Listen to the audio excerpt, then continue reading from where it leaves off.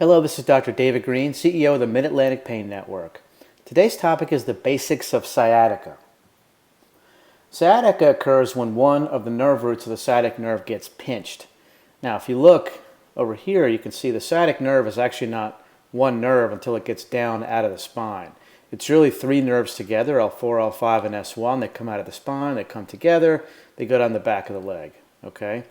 So 1 to 2% of the population suffers from sciatica at any one point in time, and that sciatica involves inflammation of the sciatic nerve due to, most commonly, a herniated disc or possibly spinal stenosis.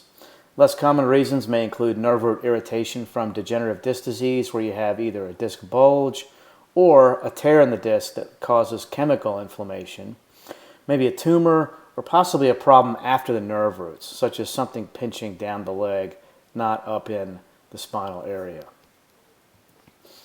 So how does it occur? When a disc degenerates, the outer layer may tear and part of the inner jelly may squeeze out. Okay, so here's the disc. Normally it would be contiguous like this. If you have a tear and part of the disc squeezes out, it can pinch on part of the sciatic nerve, L4, L5, or S1, and cause sciatica. Now, this in and of itself doesn't cause pain. It may cause weakness, but not pain. It's the inflammation that sparks up after the pinching occurs that causes pain. Okay? Now, what are the symptoms? The symptoms of sciatica can vary. It may include burning, electrical type sensation, maybe a pins and needles sensation, possibly some numbness, less commonly motor weakness, and rarely you might get some incontinence. That becomes a surgical emergency. How is it diagnosed? Usually it's history and physical exam. Here's an example of a straight leg raise test that pulls tension on the nerve root, and if it's getting pinched, it will be extremely painful. And then if you bend the knee, that can cause pain relief. So that's indicative. An MRI can show it very nicely. Here's a large disc herniation. Okay, so or an MRI may not be very helpful. A nerve conduction study can be indicated if the MRI is not indicative. And then if it's still a problem, a diagnostic injection around the suspected nerve root issue can be very helpful. Now, treatment for sciatica is mostly non-operative. Limited bed rest. Usually, it used to be thought that like a week in bed was good. Now we know that 48 hours max is best. Medications may include nonsteroidal anti-inflammatories, muscle relaxers, neuropathic medications such as Neurontin and Lyrica, opiates, also known as narcotics. Physical therapy and chiropractic treatment can be helpful. TENS units, such as you see here. They're about the size of an iPod. They run off a battery, and these foam pads go over the skin and can change the way the brain perceives pain signals.